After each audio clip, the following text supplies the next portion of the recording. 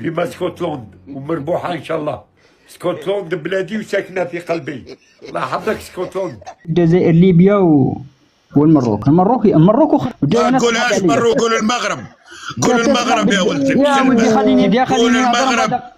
قول المغرب تهدر. قول المملكة المغربية يا رخيص. يحرقولي انت كرهولي منقوط لقيت. غلق الحدود خلى الجانب المغربي ينغلق على نفسه ويندمج في الثقافة المغربية، ما يندمجش في ثقافة الانحطاط والانحلال الأخلاقي. لو أنه واصلت الحدود مفتوحة لكان هناك فرق شاسع في التربية والأخلاق بين المناطق الحدودية المغربية والمناطق الساحلية. دي زاد ليفل 32 ما نحكوش بالفرنسية. افتخر كم شئت بلغة شارديغول الذي صنعكم وصنع منكم وطن. السلام عليكم خوتي، اهلا ومرحبا بكم في هذا الفيديو الجديد. فيديو رائع ورائع جدا من الشعب التونسي الذي يطالب بإغلاق الحدود مع الجارة الجزائر. خوتي واحد لايف مفرقع، لايف رائع ورائع جدا، كنتمنى انكم تشاهدوه من البداية الى النهاية. فقط ما تنسوش واحد لايك، اشتراك في القناة، والله يحفظ بلادنا من طنجة العالية الى القويرة العزيزة، ولا عزاء للحاقدين كما اقول دائما. خوتي نسمعوا جميع لهذا اللايف التونسي الرائع اللي كيشيدوا فيه بنماء وازدهار وتطور المملكة المغربية مقارنة بباقي دول الجوار. خوتي بلا ما نطول عليكم نسمعوا جميع لهذا اللايف. انا كندوي معاك على الواقع كمغربي، ما باقيش ترجع عندي لهاد التقيه، لهاد الصنف ديال العلاقات، لهاد الصنف ديال المعامله. انا ماشي شي واحد اللي باقي قاصر، انا قاصيت معاك سنين، ما نطولش بزاف. ما تاش نذكرك ب 75 وما نذكركش انايا بالمرتزقه اللي دخلتيها عندك وكتقري لولادك في المقررات ديالك 6 دول اللي هما في المغرب العربي. انا على اي علاقه مباشره كتحدث، أنا عندي عقيدة الإسلام وعندي عقيدة الكراهية لا منتهية، بل بالعكس نزيدك هاد العقيدة وتنترجمها لولادي اللي حنا ما عشناش فيها في البلاد. ما قررناش في ابتدائي شنو كاين، ما قررناش في الثانوي وفي الكلية وفي المعاهد. أنا غنقريها لولادي. أنا عندي عقيدة، أنا عندي عقيدة، ماشي عندي فقط هي غير نزوة ولا هي عصبية مرحلية أبدا. النقطة الثانية اللي هي مهمة جدا وانا احرص ان نذكرها، كاين اختلاف في رؤى الانظمه. انا ما عمري سالت الزعيم على النظام التونسي هل هو متلائم يعني ومتوازي مع النظام المغربي، ابدا. انا لا يسال احد في النظام، حتى هاد الجزائريين اللي كيطلعوا عندنا.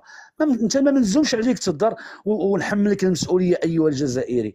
انا فقط من باب الشهامه والرجوله والنخوه اذا كانت عندك. انا عارف ما عندكش، انا كتطلع وتبرأ الذمه ديالك من كل الافعال اللي دارها النظام ديالك من بدايه السبعينات حتى للجيسكي اللي قتلوهم بدم بارد، حتى اللاعب اتحاد طنجه اللي بقى عندكم عام وكتسمسروا فيه. هذه النخوه اللي بغيتها منك. انا عارفك انت ما بغيتكش تسب النظام ديالك، ما تقدرش. انا عارف ابتسام حملاوي كتراقبك، انا عارفك. ما تقدرش تهضر حتى على تجاديد، حتى على الاسماء اللي طلعت باش تدافع عليك على الماء. ما قدرتيش تهضر على عبله قماري، ما قدرتش تهضر على بلغيت، ما قدرتش تهضر على جلو سلامه، عاد تهضر عليا انا. لا، انت باش تطلع ونسد لك الباب التقيه ديالك، الا عندك الشجاعه الادبيه والاخلاقيه كانسان والانسانيه، طلع تبرأ وابرئ ذمتك من افعال كل ما قاموا به هذا النظام الحقير ديالك. اذا هاد جوج نقاط حنا غلقناهم. انا التونسي نظامي غير متوالي معه، وانا متوالي مع الشعب التونسي جمله وتفصيلا، جمله وتفصيلا. انا التونسي تنعتبره امتداد للمغربي تاريخيا حضاريا ثقافيا، حتى في الحدث حتى الان. انا التونسي جا عندي في 2026 كاس افريقيا، شرفني وشرفته بجلال الله. تنعاودكم هذه قصه خاصه. انا ساكن في سلا والرباط، هما كنسميهم عدوتين، ماشي العدوتين، العدوتين يعني يفصلهم بينهما نهر ابو رقراق. هي مدينتين متصلتين في العاصمه. سكنوا عندنا في الاقامات ديالنا التونسيين بالاسر ديالهم. والله العظيم افترقنا باولادنا بالدموع. يكفيك صاحبي هذه، ويكفيك هذه ما تقدرش توصل ليها انت.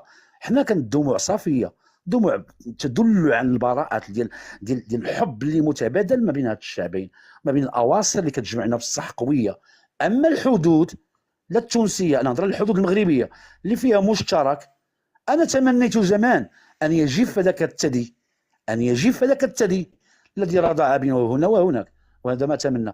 ندخل للموضوع النهائي باش ما نطولش اخي الزعيم، وديما كنطولوا. اليوم انا في خلق سافر اللايف ديالك، انا في خلق سافر اعلنوها باش نطول شويه غير فقط هاد النقطات اللي بقاو. غلق الحدود جعلنا نشق الطريق ديالنا ونوحد الصفوف ديالنا نحو النهوض بالبلد والاقتصاد بالدول المتقدمه والاقتداء بالدول المتقدمه. غلق الحدود جعلنا انا كمغربي كنشوف خارج الحدود الجغرافيه، وعطانا فرصه الاندماج في كل مناحي الاقتصاد عبر استقطاب رؤوس الاموال. انا غلق الحدود يعني انا قالوا لي يا خي الزعيم غادي منين حيدوا لك الانبوب ديال الغاز قالوا غنبات في الظلام وقالوا غندفئ راسي بالحطب. انا عطيتهم نور واحد ونور جوج اللي كنصدر بها الطاقه لانجلترا، وما ادراك ما انجلترا. نكتفي بهذا القدر اخي الزعيم، ولك احتاجت لشي خرق راه غنخرق اخويا، خرق سافر القواعد ديالك لاننا غنشتاقوا ليك. كل الحب ليك اخي. شكرا اخ ولد البلد. المسألة اليوم اللي باش نحطكم في الإطار تاع الموضوع أنه الاحتكاك بالجزائريين بين أنه احنا كيما الزيت والماء، باش نكونوا باش نتكلموا لغة سلسة تفهمها الناس الكل. كي الزيت والماء ما تفهموش، لا عنا ثقافة واحدة، لا عنا تربية واحدة، ما عنا حتى شيء يجمعنا. اللي فرقنا أكثر من اللي يجمعنا. لاحظنا أنه من الجانبين التونسي والمغربي أن معناها نقولوا نحن عبارة تكرغلنا، دينا نستعملوا في مصطلحات دخيلة على تربيتنا ودخيلة على بلادنا. كيفاش التونسي اليوم مثلا ولا المغربي نشوفوا احنا تعلمناه من الجزائريين، هذه مسألة القبور والوليدات الصغار. راهو احنا اليوم ماناش نحاربوا على المجتمع التونسي، راه نحارب على الأجيال المقبلة. أنا جيلي عشته، ما نحبش الأجيال القادمة تعيش اضطرابات في التربية والأخلاق. للأمانة الأخ آسفي شوف القاست معبي بعد نطلعوك دالي كذلك. أنا أنزل. لا اوكي لحظة الإخوان صبرا قليلا، خل نطلع لكم واحد حاجتي بيه. وين انت مش تو كنت طالب جاست انت؟ انا خالد الزعيم سمحتي لي غننزل ونتابعك من تحت. خالد الزعيم انا موجود. شكرا البلد، شكرا المداخلة. تفضل.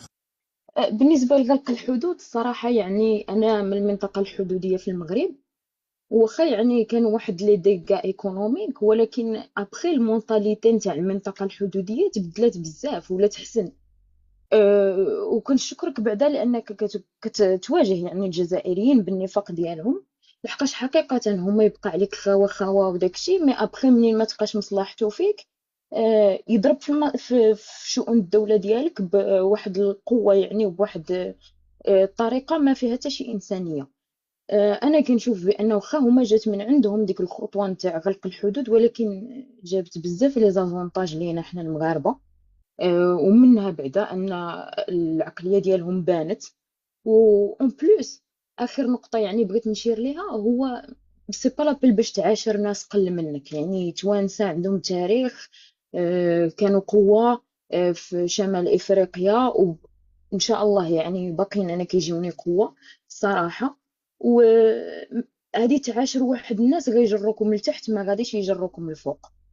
هاد العلاقات كتخلي تونس تبان باللي هي عندها عقلية عسكرية لا ديمقراطية، وما كتجينيش كتصب في المصالح نتاع تونس اطلاقا، لا في السمعة ديالها ولا في المصالح ديالها الاقتصادية ولا الأمنية ولا حتى حاجة. اخوتي، الشعب المغربي والشعب التونسي دائما ولله الحمد لحمة واحدة، رغم قسحية الراس ديال قيس سعيد ونظامه الفاشل الراكع لجمهورية هوكستان، يبقى الشعب المغربي والشعب التونسي، وهذا الشيء شاهدناه جميعا هنا بالمملكة المغربية الشريفة. هنا بمناسبة كأس إفريقيا شاهدنا تلك اللحمة، تلك المودة التي تجمع بين الشعبين المغربي والتونسي، والإشادة الكبيرة صراحة من الشعب التونسي بتطور ونماء وازدهار المملكة المغربية في شتى المجالات، لا من ناحية البنية التحتية، لا من ناحية السياحة،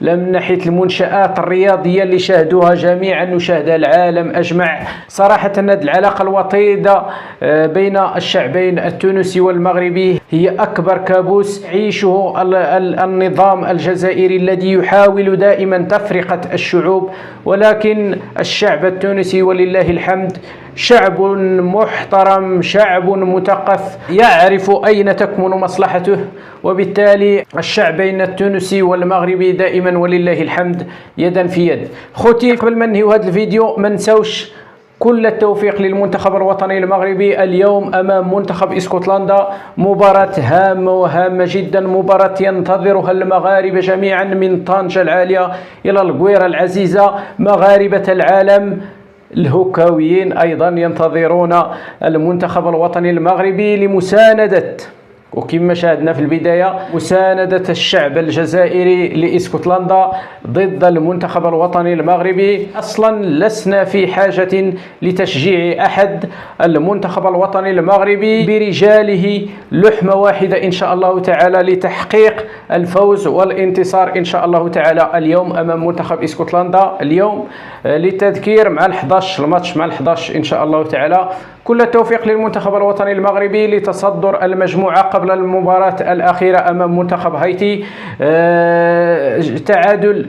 تعادل مهم أمام منتخب البرازيل، واليوم إن شاء الله إلا جاء وهذا الشيء اللي كنتمناو انتصار غيتصدر المنتخب الوطني المغربي المجموعة الثالثة ب4 نقاط، وبالتالي الاقتراب كثيرا من ضمان ورقة العبور للدور المقبل. خوتي في نهاية هذا الفيديو تحياتي لكم جميعا أينما وجدتم، وإلى فيديو آخر بإذن الله تعالى نلتقي. استودعكم الله الذي لا تضيع ودائعه، والسلام عليكم ورحمة من الله تعالى وبركاته.